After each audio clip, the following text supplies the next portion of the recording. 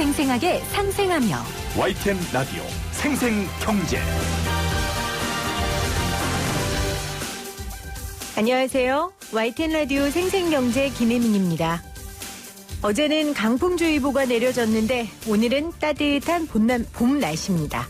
어제는 주가가 너무 떨어져 거래를 잠시 중단하는 사이드카가 발동됐는데 오늘은 너무 올라서 발동됐습니다. 한미 통화수합 체결 소식이 호재로 작용한 건데요. 두 국가가 현재의 환율에 따라 필요한 만큼의 돈을 상대국과 교환하고 시간이 지난 후에 최초 계약할 때 정한 환율로 원금을 재교환하는 거래를 말합니다. 한미통화수합은 한국이 금융위기를 극복하는 데 가장 결정적인 역할을 한 것으로 평가받기도 합니다. 오늘이 절기상 낮이 길어지기 시작하는 춘분이에요. 물론 앞으로도 롤러코스터를 몇 번이고 타야겠지만 오늘 춘분을 시작으로 코로나19의 어둠이 짧아지고 낮이 길어지기를 기도해봅니다. 2020년 3월 20일 YTN 라디오 생생경제 지금 시작합니다.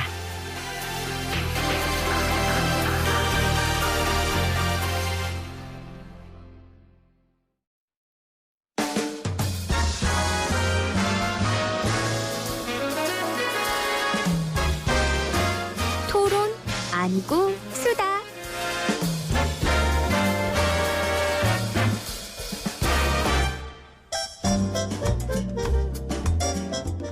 토론 아니고 수다. 오늘은 부동산 수다 떨어봅니다. 한문도 연세대 정경대학원 겸임교수 김인만 부동산 연구소의 김인만 소장 나오셨어요. 안녕하세요. 안녕하세요. 안녕하세요. 우리 2달 만이에요. 그렇죠. 네네. 2달 동안 정말 많은 일들이 있었습니다. 잘 그렇습니다. 지내셨어요, 교수님? 예. 덕분에 잘 지냈습니다. 네, 수장님은요? 잘 지냈다. 잘 지내는 버텼죠. 사람이 어디 있겠어요? 다 잘 버티고 버텼죠. 있습니다. 네네. 맞아요. 네. 잘 버티고 있습니다. 우리 모두가. 코로나19가 바꿔놓은 부동산 시장에 가장 큰 변화가 있다면 교수님 뭘 꼽으시겠어요? 일단 거리에 사람이 없다. 음. 그러니까 모든 전 업종 가리지 않고 물론 배달하시는 분들만 이제 최고로 바빠졌고 스카우트 탄다 그러더라고. 배달하시는 분들이 모자라가지고. 네. 그러니까 그만큼 다들 집에 계시고 활동을 이제 자제하다 보니까 모든 거래, 만남 이런 것들이 다 중지가 됐죠. 아니 그래서 집을 보러 가고 싶어도 갈 수가 겁나죠. 없고. 그리고 또 부동산 사장님 말이 그래요. 집을 보러 오는 사람들이 확진자일까봐 겁난다는 거예요. 그럴 수 또 있죠. 그래서 본인들도 이렇게 여러 사람이 같이 들어오면 거리를 이렇게 뛰고 막 얘기하고 이런데요. 그래서 좀 묘한 상황이죠. 묘한 상황인데 이 시간이 좀 그래도 대한민국은 이렇게 좀 빨리 정리가 돼서 한 달 정도면 좀 끝날 것 같고 4월 초면 백신이 나온다고 하니까 그동안 변화는 제가 말씀 안 드려도 우리 애청자분들이 잘 아실 거고 네. 그 변화가 이제 또 다시 변화가 오면 좀 좋은 봄 기운하고 좀 같이 좋아지겠죠. 네. 우리 소장님은 부동산 시장에 변화가 있었다면 뭐가 있을까요? 일단 사람이 없어졌다는 거. 그래서 식당 가면 굉장히 조용하고요. 이 기회에 저도 이제 배달로 한번 나가볼까. 그거 그냥 하시는 분들 하시도록 두세요. 네. 뭘 거기까지 가시려고 그 그래요. 정도로 사람이 없고요. 네. 지금 모이는 것 자체가 이제 문제가 되잖아요. 사회적인 거리두기를 해서 그렇죠. 강의나 세미나나 이런 게 이제 전체적으로 다 쉬기 맞네요. 때문에 부동산 쪽도 전문가들도 영향을 받고 있고요. 힘든 사람들이 많겠죠. 학생들이 제일 힘들 것 같고요. 아니 그리고 두 분이 힘든다는 걸 알 수 있는 이유 중에 하나가 우리 부동산을 2달 만에 한 거예요. 네. 그러니까 그동안 코로나19 때문에 부동산 얘기를 할 여유가 없었거든요. 우리가. 그만큼 욕먹죠. 네. 그러니까 그것만으로도 생생경제에서 부동산 이야기를 2달 만에 하는 것만으로도 코로나19가 그렇죠. 얼마나 큰 맞습니다. 변화를 갖고 왔는지 알 수 있게 됐어요. 맞아요. 코로나19가 지금 대한민국은 그래도 잡혀가는 상황이지만 아직 멀었고요. 그러다 보니까 부동산까지 여파를 서서히 미치고 있습니다. 그래서 그 누구도 못 잡았던 서울 아파트 값을 드디어 코로나19가 잡았다라는 웃지 못할 이야기까지 나와요. 8개월 만에 상승세로 멈췄다는데 맞습니까, 소장님? 네, 뉴스에도 그렇게 나오고 있고요. 통계 자료도 그렇고요. 실질적으로 체감하기에도 분명한 사실인 것 같습니다. 최근에 제가 직접 봤는데요. 이제 집값이 오를 때 그러잖아요. 이제 집주인들이 더 오를 것 같으니까 이제 계약금을 배액으로 해주고 이제 계약 해제를 하는데 지금은 반대 현상이 이제 나오기 시작했거든요. 계약하신 분들이 불안해가지고 매수자들이 내가 냈는 계약금 포기할 테니까 이제 계약 해제를 해야 되는 거 아니냐라는 상담을 최근에 받고 있는데요. 계약금이 한 뭐 몇천만 원도 아니고 2억을 내신 분들도 그렇게 고민을 하고 계시거든요. 그래요? 네. 그 정도로 심리가 굉장히 위축되어 있고 이런 분위기라면 뭐 집값이 오르는 게 이상하겠죠. 특히 고가 아파트들은 최근에 이제 세금 부담까지도 더 커져서 아무래도 실질적으로도 이제 이게 일시적인지 장기적인지는 좀 지켜봐야겠지만 일단은 네. 좀 잡힌 것 같습니다. 그러니까 서울 아파트 값이 8개월 만에 상승세를 지금 그친 상황이에요. 그렇다면 교수님 아까 제가 한 이야기 그 누구도 못 잡았던 그 여러 차례 규제도 못 잡았던 서울 아파트 값을 코로나19가 잡았다라는 말엔 동의하세요? 네, 90% 일조했다고 봐야죠. 왜냐하면 대한민국이 참 운이 좋은 나라인 게 분양가 상한제 이제 시행도 연장시켰잖아요.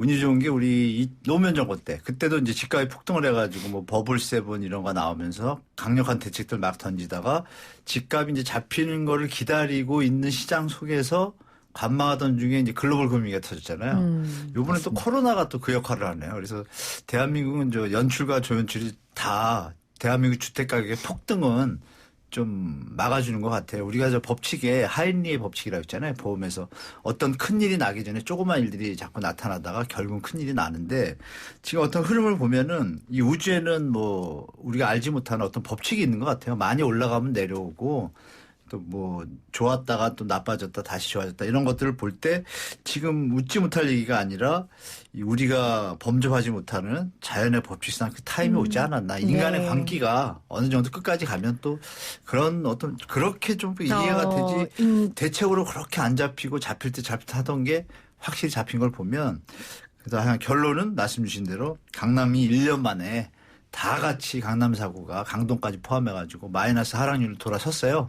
그래서 분명히 효과는 나타났고 또 거리에 이제 급매물이 나오는데도 매수자가 없는 걸 보면은 코로나가 강력한 역할을 뭐 한 것은 뭐 부인할 수 없습니다. 네, 코로나19가 인간의 광기의 끝인 부동산 시장이라고 표현하는데 보통 네네네네. 인간의 광기까지 잡았다 이렇게 지금 제 표현이 아니라 네, 교수님께서 제 그렇게 개인적인 표현을 생각이죠. 하셨어요. 네, 왜냐하면 우리 모두 우리 셋 다 동의하는 건 높은 아파트 가격은 어느 누구에게도 도움을 주지 않는다라고 우리가 늘 전제 조건으로 아니죠. 시작하면서 하니까요. 다주택자분들은 도움이 되죠. 아이, 너무 높아서 그래서 이 사회가 모두가 다 그것 때문에 맞습니다. 어려움을 사회 겪는다면 부정적이죠. 결국은 그분들에게도 어려움이 가는 거니까요. 맞습니다. 그래서 우리가 그런 마음으로 늘 부동산 수다를 떨고 있는데 맞습니다. 지금 31억에 팔린 아파트가 22억 급매가 잇따르다라는 얘기까지 있어요. 아까 소장님은 일시적인 현상일지 계속될지는 지켜봐야 된다고 하셨어요. 그러면 교수님은 어떻게 보세요? 저는 이어질 것 같아요. 이어질 것 일단 같다. 조금 있으면 보유세 이제 신호탄이 나오잖아요. 네. 뭐 보유세 시뮬레이션 뭐 또 말씀드리겠지만 그 무시 못합니다. 상당히 못하고 또 다주택자분들 중에 갭 투자로 하셨던 분들이 꽤 계세요. 특히 서울 지역에 지방에 있는 분들까지 오셔가지고 임대사업자 등록하면서 전세 끼고 갭 투자분들이 많거든요. 그분들이 이제 세금 강남 집값은 다 10억이 넘지 않습니까? 그럼 다 뭐 단위가 1,000, 2,000, 뭐 3,000 이래요. 네. 그 돈이 갭 투자해서 벌려는 분들이 얼마 벌려고 하는지 모르겠지만 분명히 부담이 되거든요. 그거 몇 년 내면 뭐 5천 1억 나가잖아요. 2억. 그거 계산 안 할 수가 없어요. 그런 상태에서 만약에 주택 가격이 지금이 정점이고 좀 하향 안정화로 돌아간다고 판단하면 좀 자산 관리 할 수밖에 없는 상황이 되지 않습니까?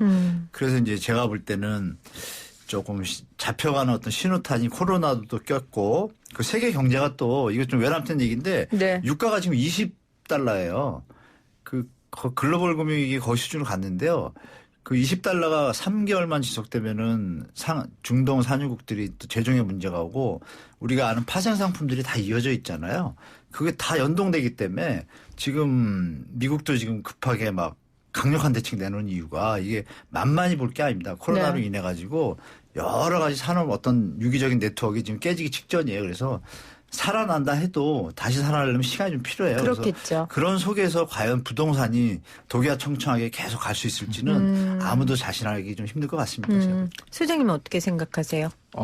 상당히 동의하는 부분이고요. 사실 지금 경제가 굉장히 안 좋잖아요. 저는 가장 걱정되는 부분이 이게 부동산 상승기라면 또 모를까 서울이 7년 정도 연속 상승을 했거든요. 그렇죠. 그 정도 상승한 적이 없었는데 과거에도 지금 최근에 7년 정도 상승을 했고요. 규제도 어느 때보다 많이 누적이 된 상태이고 네. 굉장히 부동산 자체만 보더라도 집값이 잡힐 때가 되어 가는데 이제 코로나가 터졌는데 저는 또 개인적으로 걱정이 되는 게 이게 기존 외환 위기나 뭐 이게 금융 위기 같은 경우는 실물 경기는 괜찮았는데 시스템이 문제였거든요. 외환 시스템, 금융 시스템이 문제인데 지금은 우리나라만 보더라도 실물 경기가 굉장히 안 좋아진 그 연결고리를 코로나가 파고들면서 지금 굉장히 안 좋은 상태가 됐어요. 그래서 사실 그런 말이 있잖아요. 경제가 어려워도 부동산은 오른다라는 하는데 그 전제 조건이 뭐냐면 경제가 버티는 한, 망하지 않는 한 부동산이 오를 수는 있는데 지금은 거의 경제 위기 초입 단계거든요. 미국이 제로 금리를 가고 우리나라도 지금 오늘은 이제 주가가 조금 반등을 했는데 어제까지 거의 폭락 상태였거든요. 그래서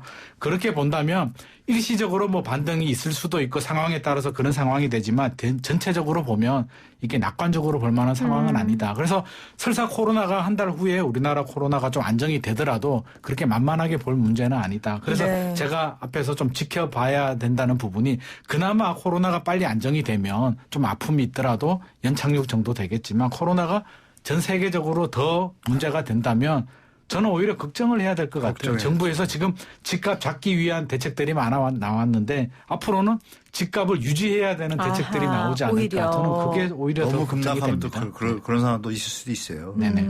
그러니까 지금은 글로벌 경제가 굉장히 안 좋고 거기에다가 실물 경기까지 안 좋은 상황이기 때문에 예전에 경제가 안 좋아도 부동산은 버티고 있다라는 말은 더 이상 통용되지 않는다. 그거는 이제 경제가 버텨주는 버텨줘야 전제 되는데. 조건이 있는 그렇죠. 거죠. 지금은 그 말이 통용되지 않는 상황이고 오히려 정부가 지금까지는 집값 규제에 앞장섰지만 이제는 집값이 너무 급락하는 걸 막기 위해 고민해야 할 때가 올지도 모르겠다라는 얘기를 해 주셨어요. 지금 문자로 8824님이 저는 부동산 전문가님들 방송이 제일 흥미진진합니다 하시면서 강남 집값은 딴 나라 얘기라 관심 없고요. 저가 아파트 진단 좀 해주세요라고 얘기하셨는데 강남 아파트 말고 다른 데도 거래량이나 집값이 하락한 상황이죠. 아닌데. 아니에요. 다른 데는 예, 그렇지 지금 않아요. 강남만. 뭐 소장님 먼저 말씀하시죠. 제가 또 이어서 아니, 교수님 먼저 말씀하시다가 이어서 말씀하신다니까 통계만 예. 보면은요. 네. 일단 지금이 3월이잖아요. 그래서 2월 통계만 나온 상태인데 2월 통계를 보면 거래량이 그 2019년 작년보다 오히려 늘어난 상태예요. 그래서 뭐 전체적으로 다 안 좋다 이렇게 볼 수는 없는 거고 오히려 늘어났고 아, 그렇군요. 특히 이제 강남 고가 아파트들은 이제 좀 영향을 받겠지만 뭐 노도강이라든지 그동안 약간 규제에서 벗어난 그러니까 저가 아파트들 네. 수도권 지역들은 2월까지도 강세였거든요. 3월은 코로나가 워낙 맹위를 떨치니까 저희도 간만에 나왔잖아요. 그 정도로 사실 부동산에 신경을 쓸 만한 상황은 그랬죠. 아니었고요. 네. 그렇다고 투자 심리가 완전히 죽은 건 아니에요. 그래서 뭐 실수요자라든지 저가 아파트들은 저는 당장 뭐 사실 많이 오른 것도 아니잖아요. 오르는 아파트들만 뭐 10억, 15억씩, 20억씩 올랐지 또 안 오르는 아파트들은 그렇게 많이 오르지도 않았거든요. 그래서 아직까지는 괜찮은데 이제 경제판이 어떻게 움직일지에 따라서 좀 지켜봐야 될 것 같고요. 너무 걱정할 정도는 아니다. 그렇게 네. 말씀드리고 싶습니다. 제가 이어서 말씀드리면 이렇습니다. 지금 말씀 주신 대로 총량은 조금 늘었어요. 조금 거래 늘었는데, 총량은? 예, 총량 늘었는데 말씀 주신 대로 강남 사구는 15억 이상은 20% 5분의 1 토막 났고 반에 반 토막이죠. 그리고 네네. 9억대 뭐 12억 이런 것들은 이제 3분의 1 수준 반에 반 토막이 났고요. 그럼 나머지 는 거는 어디서 늘었겠어요? 지금 말씀 주신 강남을 제외한 다른 지역에서 늘은 건데요.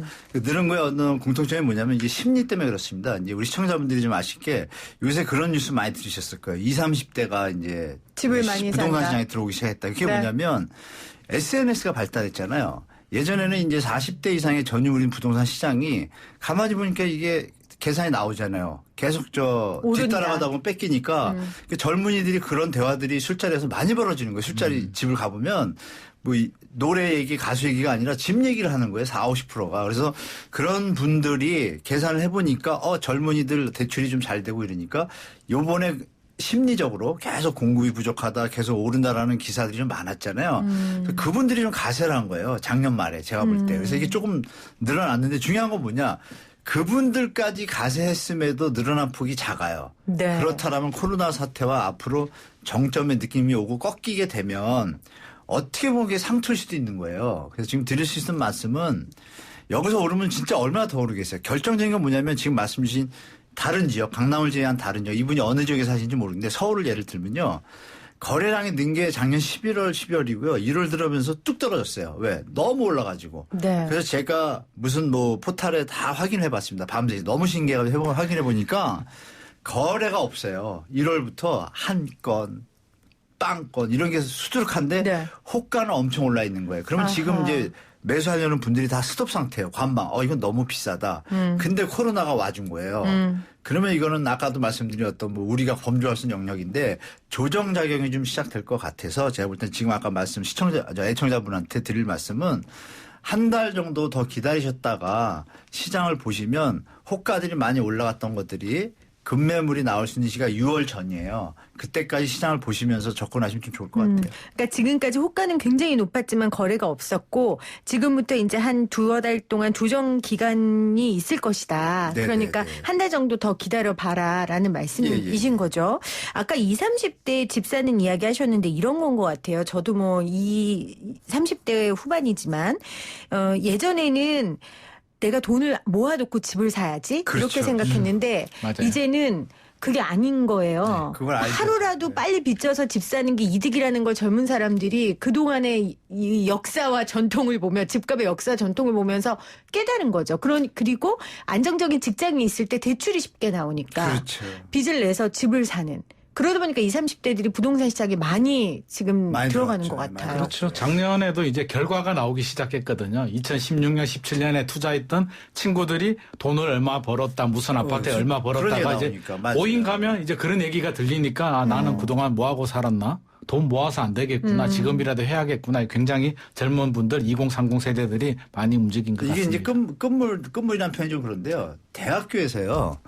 이 부동산 갭 투자에 대해서 금융학과 친구들 이런 계통의 친구들이 자기들의 학문적인 지식론으로 대입을 해본 거예요. 그러니까 수익률이 좋잖아요. 맞잖아요. 그렇죠. 특히 그러니까 그 대한민국에서. 친구들까지 다 들어왔다가 지금 그 친구들은 지금 물린 친구들이 많아요. 끝물에 들어와서. 근데 초반에 한 친구들은 버니까 소문이 나잖아요. 그러니까 이런 게 제가 볼 때는 그러면 우리 이런 얘기 있잖아요. 주식시장에서 구두 닦기가 주식을 사면 주식시장이 폭락한다는 얘기처럼 지금 뭐 20대, 10대가 이제 살 수는 없잖아요. 그렇다면 어느 정도 가시오는 다 들어왔고 소득이 받쳐줘서 하는 아까 앵커님 말씀 주신 돈 모아서 사는 타임이 지금 과도기인 것 같아요. 그래서 이게 거치고 나면 다시 한번 대한민국의 좀 정상적인 네. 주택시장이 되길 좀 개인적으로 바랍니다. 알겠습니다. 자, 지금 어제 나온 얘기인 거죠. 이미 6개월 유예됐던 민간택지 분양가 상한제 시행이 다시 3개월 연장됐어요. 네. 어떤 사람들이 제일 좋을까요? 소장님, 재개발? 그렇죠. 일단 이제 막바지에 몰렸던 재개발 재건축 조합원. 네. 분들 이제 한 시름을 놓았죠. 죽다가 살아난 것 같은데 이제 코로나가 또 이게 굉장한 어려움을 많이 주지만 이렇게 또 도움을 받는 분들도 있어요. 이게 마스크 하시는 분들도 또 그렇죠. 도움을 받았고요. 막바지 벼랑 끝에 몰렸다가 이게 3개월 연장되면서 숨을 돌렸는데 맞아요. 사람들이 모이면 안 되잖아요. 총회하고 하면 또 이게 그렇죠. 코로나 위험이 있어서 이제 네. 3개월 연장해 준 것이거든요. 그런데 또 무작정 좋아할 만한 문제가 아닌 게 분양가 상한제는 작년에 문재인 정부의 중점 추진 핵심 규제잖아요. 그런데 이걸 연기했다는 정도는 그만큼 코로나가 심각하고 여러 가지 문제가 있다는 거기 때문에 그렇죠. 잠시 피해 갔다고 해서 이게 무조건 좋아할 일은 아니고요. 굉장히 좀 심각한 상황이다. 이렇게 네. 생각을 해야 될 것 같습니다. 재개발, 재건축 으로 분양되는 물량이 17,182가구, 전체 분양 물량의 80.5%를 차지한다고 하더라고요. 네네.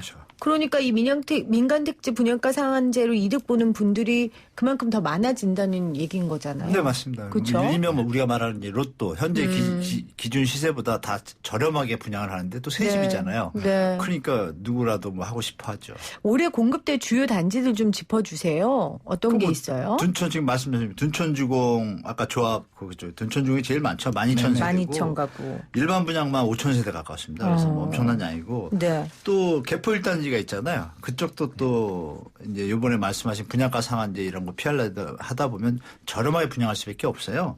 그것도 6,700세대 가까운데 네네. 1,200세대가 또 일반 분양이에요. 그러니까 일반 분양 물량이 상당히 봄에 3개월 연장됐지만 그러면 그래도 5월, 6월, 상반기. 6월 정도에 좀 분양하지 않을까. 그래서 우리 애청자분들이 이런 큰 단지들이 많고 서울에 상당히 많습니다. 뭐 리엘 신반포, 흑석 3자이도 500, 1,700가구 일반 분양은 아니고 분양하는데 400가구 일반 분양이고 또 수색도 있고요. 증산도 있고 여러 군데 있어가지고 이 언론도 뉴스 보시면 그 청약하실 분들은 그거 보시고 준비하시면 참 좋을 것 같습니다.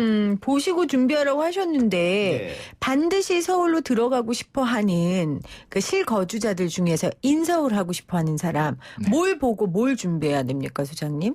청약을 말씀하시는 건가요? 네. 청약 같은 경우는 이제 서울은 굉장히 당첨되기가 힘들어요. 물량 그렇죠. 자체도 제한적이고요. 아까 말씀하신 것처럼 재건축 재개발 아니면 물량이 안 나오기 때문에 엄청 조건이 좋은 분들 나는 넣기만 하면 무조건 당첨이 된다. 무주택이고 가점 점수가 뭐 70 몇 점 정도 된다라고 하면 아까 말씀하신 교수님 말씀하신 아파트들 이렇게 찍어서 골라서 이렇게 하면 되지만 그 정도 안 되는 분들이라면 아예 저는 그냥? 그냥 계속 집어넣으셔라. 이게 될지 안 될지도 모르는데 운이 좋으면 또 될 수도 있거든요. 그래서 가점 점수가 그 정도 아주 좋은 조건이 아니라면 서울의 청약 물량들은 거의 뭐 말씀하신 것처럼 수색 증산도 좋고요. 좋은 곳들이 많거든요. 그래서 지속적으로 계속 도전했으면 좋겠고요. 안 되는 분들 얘기 들어보면 참고 참아서 한 군데 넣었는데 안 됐다라고 말씀하시는데 그렇게 내가 내 자신이 청약 경쟁력이 별로 없는데 한 개 골라서 된다는 것 자체가 그 로또 되는 거잖아요. 그러니까 저는 좀 끝없이 도전을 하셔라. 이렇게 말씀을 드리고 싶습니다.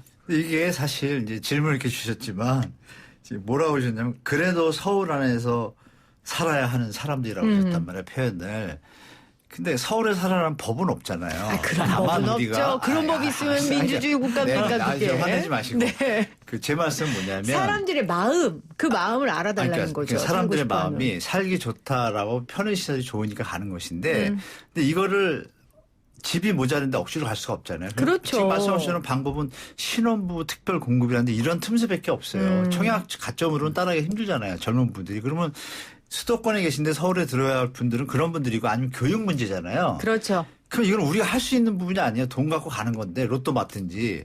제가 여기서 드리고 싶은 말씀은 이 정부가 우리가 투표를 잘해가지고 어느 정부가 되던 이 예전에 강남이 개발될 때 미분양이었어. 천지가 5년 10년 동안 미분양이고 논 배밭이었는데 그게 어떻게 됐냐면 학원들 중요한 학원들 다 옮겨주고 대학교 명문 고등학교 다 옮겨줬잖아요. 그러면 예를 들어서 지금 서울대 고대 연대 다 수도권에 딱딱 보내주고 공장 대기업들 LG 뭐 이런 데들 다 지방에 딱딱딱 나눠주면 거기 일자리가 생기고 굳이 여기 올 일이 없잖아요. 그러니까 제 말은 뭐냐. 뭐 이게 좀 우리 이제 방송이나 맞는지 모르지만 아니요. 정부가 나서야 된다. 그렇죠. 네. 교수님 얘기를 네. 우리가 뭐 지금 한두 번 한 게 아니잖아요. 네, 그리고 맞아요. 수도까지 이전하려고까지 했었는데 네. 그럼에도 불구하고 네. 지금 많은 사람들이 서울에 진입하고 싶어 하고 그게 사실은 그냥 왜 꼭 그래야 돼요라고 물어보기에는 많은 이유와 배경이 있는 것 같아요. 그래서 네. 그런 분들에게 우리가 어떻게 해야 하는지 전략을 또 알려드리는 것도 신혼부부. 우리 그거밖에 몫이랑 없어요. 신혼부부. 저번에 그거밖에 없어요. 저보고 재혼하면 가능하다면서요. 네, 맞습니다. 네, 시험보고. 맞습니다. 가능하지 않은 걸로 알겠습니다. 다자녀도 확인하셔도 되겠다. 다자녀도 일부 물량이 다자녀 몇 명 돼요? 그런 거 실제로 신문에 안 났는데요. 제 주위에 아시는 분들. 네.